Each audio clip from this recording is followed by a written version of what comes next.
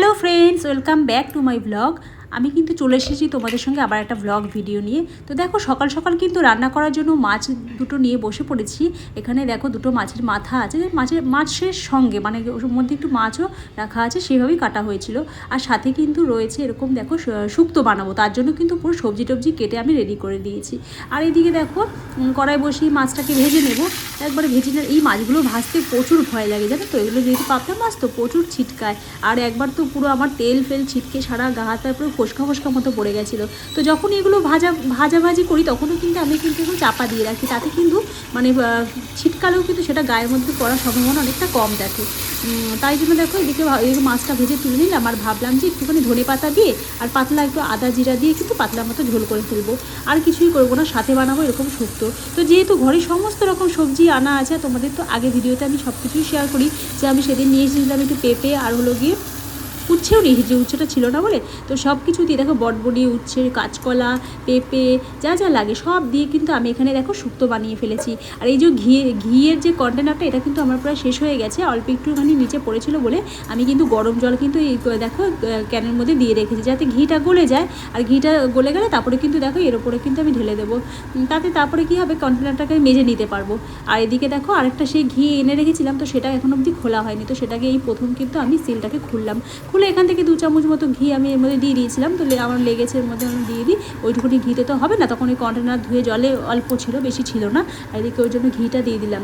তো ঘি দিয়ে দেখো আমি কিন্তু নাবিয়ে নিয়েছি শুক্তোটাকে। আর এবারে কিন্তু আমি বসিয়ে দিয়েছিলাম মাছটা। তো মাছটাকে আগে ভেজে তুলে নিয়েছিলাম, তারপরে কিন্তু ওই তেলের মধ্যে আমি শুক্তোটা বানিয়ে নিয়েছি। নেওয়ার পরে কড়াটাকে পরিষ্কার করে নিয়ে তারপরে কিন্তু মাছটাকে বসিয়ে দিয়েছি।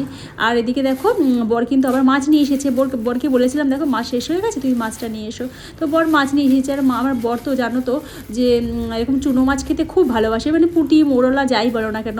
তো সেটা আবার নিয়ে এসেছে, আমি তারপরে সেটাকে আবার কাটতে বসতে হবে, সেগুলো তোমাকে দেখাচ্ছে। অল্প করে নিয়ে এসেছে, এখানে বেশি মাছ নেই, 150 মতো মাছ হবে হয়তো। আর ছোটো ছোটো মাছগুলো মানে পুঁটি নামেই পুঁটির সাথে যার কত রকমের মাছ যে মেশানো আছে তা মানে কি বলবো। তা কাটতে বসে দেখছিলাম অনেক মাছ মেশানো ছিল, তার সাথে নিয়ে এসেছে এরকম দেখো চিংড়ি। তো চিংড়িগুলোর সাইজটা বেশ ভালো, তো অল্প অল্পই মাছ নিয়ে এসেছে, মানে বেশি আনেনি। তো এইভাবে নিয়ে এসেছি, ভাবলাম এগুলোকে কেটে কুটে রেখে দিই। তো দেখো আমি কিন্তু একদম মাছগুলোকে আমি কেটে নিয়েছি, কেটে কিন্তু এবারে কিন্তু সব সুন্দর করে ধুয়ে নিয়েছি। আর কি বলো তো, আমি একটা জিনিস নোটিস করেছি যে একসাথে যখন অনেক রকম মাছ আনা হয় না, তখন দেখবে যে তোমার কিন্তু খাটনিটা একদিনে যখন অনেকটা পড়ে না, চাপ পড়ে যে অনেকটা মাছ কাটতে হবে, অনেক সময় লাগে। কিন্তু একবার যখন কাটাফাটা হয়ে যায়, সব যখন ফ্রিজে ঢুকে যায়, তার পরবর্তী দিনগুলো কিন্তু অতটা চাপের হয় না। তখন কিন্তু ফ্রিজ থেকে নামাই আর ঝটপট রান্না করে নিই, কোনো রকম ঝামেলা থাকে না, অত বেশি ধোয়াধুয়িরও ব্যাপার থাকে না, হালকা করে একটু ধুয়ে নিলেই হয়ে যায়। যাই বা খাটনি হয় সব একদিনই কিন্তু চাপটা পড়ে। তো যাই হোক, এখানে আমার কাছে অল্প মাছ আছে, আমার অতটা যদিও খাটনি হয়নি। আর আমি এরকম একটুখানি আলাদা করে রেখেছি, সবগুলোকে দুটো কন্টেনারে রেখে দিয়েছি। আর সাথে কিন্তু নিয়ে এসেছি এরকম দেখো তালের শাঁস। তো এই তালের শাঁসটা কিন্তু খুবই ভালো লাগে, জানো তো, মানে ছোটোবেলার কথা মনে পড়ে যে আমার বাবা কিন্তু ঠিক তালের শাঁস নিয়ে আসতো, ঠিক গরম পড়তে না পড়তে। আর এই গরমকাল মানেই কিন্তু তালের শাঁস। তার এই তালের শাঁস কিন্তু কচিগুলো বেশ ভালো লাগে, জানো তো, একটু যখন বুড়ো হয়ে যায় তখন কিন্তু সেগুলো কিরকম একটা যেন মানে শ্বাস মতো হয়ে যায়, তখন খুবই শক্ত শক্ত লাগে, ভালো লাগে না। যে তালের শাঁসের ভেতরে যখন জলটা থাকে না, কামড় দিলে যে জলটা বেরোয়, তখন কিন্তু দারুণ লাগে খেতে। তো এইভাবে দেখো তালের শাঁসও কিন্তু বর নিয়ে চলে এসেছে। আর তোমাদের যে বললাম যে সেই যে লাউ নিয়ে এসেছিলাম, জ্যৈষ্ঠ মাসে তো লাউ খেতে নেই, আমি ঠিক জানি না, তো নিয়ে যখন এসেছি খাবার জিনিস তো ফেলে দেবো, তো সেই লাউটা একদিন তো ডাল করে খেয়ে নিয়েছিলাম। আর যে হাফ লাউটা ছিল, তো সেটা দেখলাম ফ্রিজে রেখে রেখে নষ্ট হয়ে যাবে, তো কেমন একটু যেন মানে শুকিয়ে যাচ্ছে। আমি সেটাকে বার করে নিই, এরকম দেখো কেটে ফেলেছি। আর আমি সুন্দরভাবে কাটতে পারি না, জানো তো, একটু বড় বড় করেই কাটা হয়েছে। আমার মা কিন্তু খুব সুন্দর কাটে। তো এইভাবে দেখো ওই লাউটা করবো বলে বার করে নিয়েছি। আর সাথে কিন্তু মানে পরের দিন এরকম দেখো এরকম মৌরলা মাছ যে নিয়ে এসেছিলো, পুঁটি মৌরলা, তো সেটাকে এরকম ভাজা করে নিয়েছি। আর ওই চিংড়ি মাছ দিয়ে ভাবছি লাউ দিয়ে করে ফেলবো।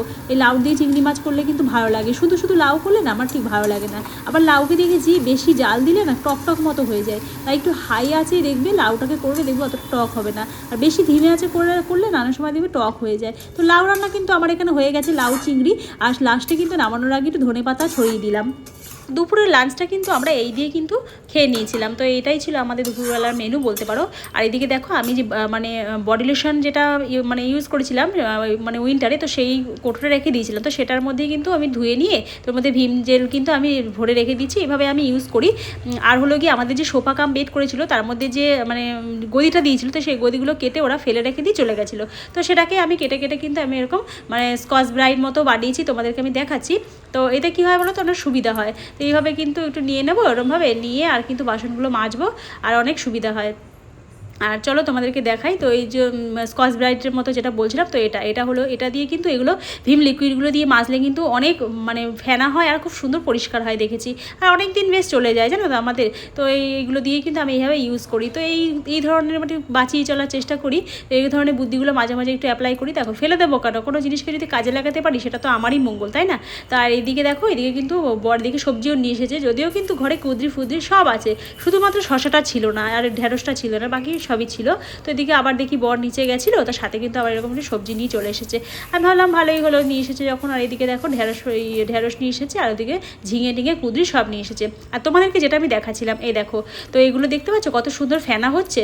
তো এগুলো খুব ভালো জানো তো, আর এত সুন্দর ফেনা হয়। এগুলো কিন্তু মার্কেটে কিনতেও পাওয়া যায়, দেখবে একটু হলুদ কালারের একটু বেঁকা টাইপের হয় না, এগুলো বিক্রি হয় অনেক অনেক দামে। আর আমি যদি এইভাবে মানে রেখে দিই, আমার মানে এগুলোকে ঘরে রেখে কাজে লাগাতে পারি, মিনিমাম বলতে গেলে আমি 6 মাস থেকে 1 বছর আমি চালাতে পারবো। মানে আমার কাছে আছে যেটুকু করে মোটামুটি চলে যাবে, মানে একটাতে প্রায় 1 মাস মতো হয়ে যায় জানো তো, এই যে এগুলো স্ক্রাবারগুলো।